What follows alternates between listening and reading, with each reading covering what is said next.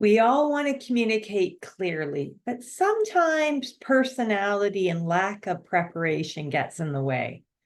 Hi, I'm Cynthia Lockery, and I want to talk to you about my Communicating for Success presentation.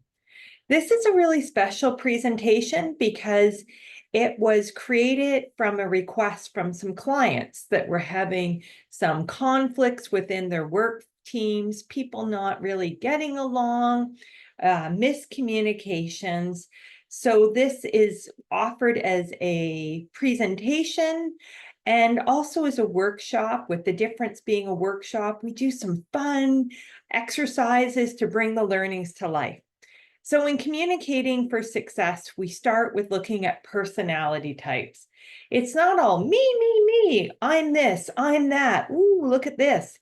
It's about understanding other personality types and how you can adjust your communication style to meet them where they're at versus trying to pull them towards you. From there, we look at how we can prepare for conversations. You notice I didn't say wing it.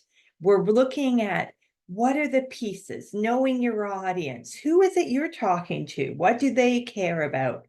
Getting clear on your key message. What's the essence of what you want to communicate? The role of emotions and facts, how we can state the emotions versus being them, and how we can use facts to connect with that audience. And finally, how do we end with a call to action? Don't just be glad the conversation's done and run away, assuming people know what to do with what you just talked about. And then finally, we look at body language. Not everybody goes into a conversation feeling confident. So there's some tips I'm going to share to help you show up as your best self and be confident, and also how to eliminate barriers between you and the person you're talking to. If you want to learn more about how to communicate for success, I'd love to talk to you.